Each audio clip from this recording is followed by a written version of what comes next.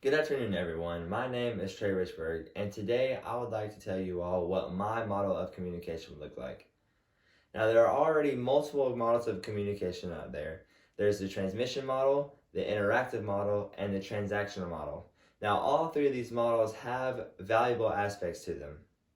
They all introduce something new, with the transmission model being the first one, the interactive model being the second, and the transactional model being the third. Now, each time something new was introduced, you had the message channel, which was the first one, and then you had feedback channels introduced in the second model, and then you had this whole meaning, which is called the co-creational meaning box, in the third one. Now, for my model of communication, I chose to use aspects from all three models to make my model. Here is my model of communication. As I said, I used aspects from three different models to make my model. I have message channels, a co-creational box of meaning, and feedback. Now, in my model, I have two communicators, which implies that it's not just one communicator to a listener. They're both communicating with each other, whether it be nonverbal or verbal communication. They are both communicating. So I start off with the message channel. So this is a communicator sending a message to another communicator. So you have to have a message channel in order for the communication to start. Now, I introduce these feedback channels to amplify the fact that these communicators are communicating back and forth. It's not just one communicator to a listener.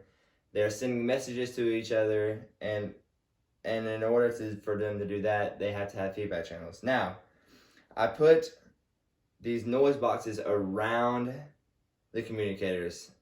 I did that because there's always going to be noise.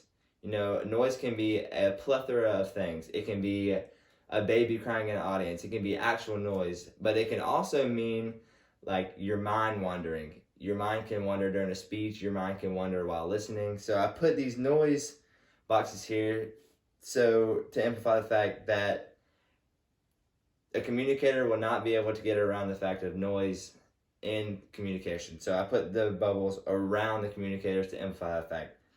Now, last but not least, I put the co-creational box of meaning right here. I put it in the middle because everyone is going to have a different interpretation of what someone is saying. These two communicators might have different backgrounds. They may have been raised in different places, different areas. So I put this co-creational box of meaning because there might be different meaning to what they are saying.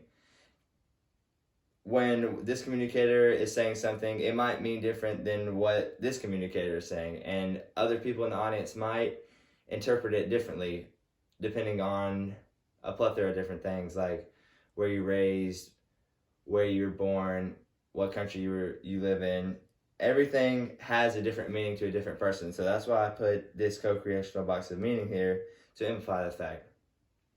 Now, in conclusion, my model of communication is made from three different models of communication. It has aspects from all three in it. It has a message channel, which is from the transmission model. It has feedback channels, which is from the interactive model. And it has a co-creational box of meaning, which is from the transactional model. I hope everyone got to hear my spin on my communication model, and I hope you learned something.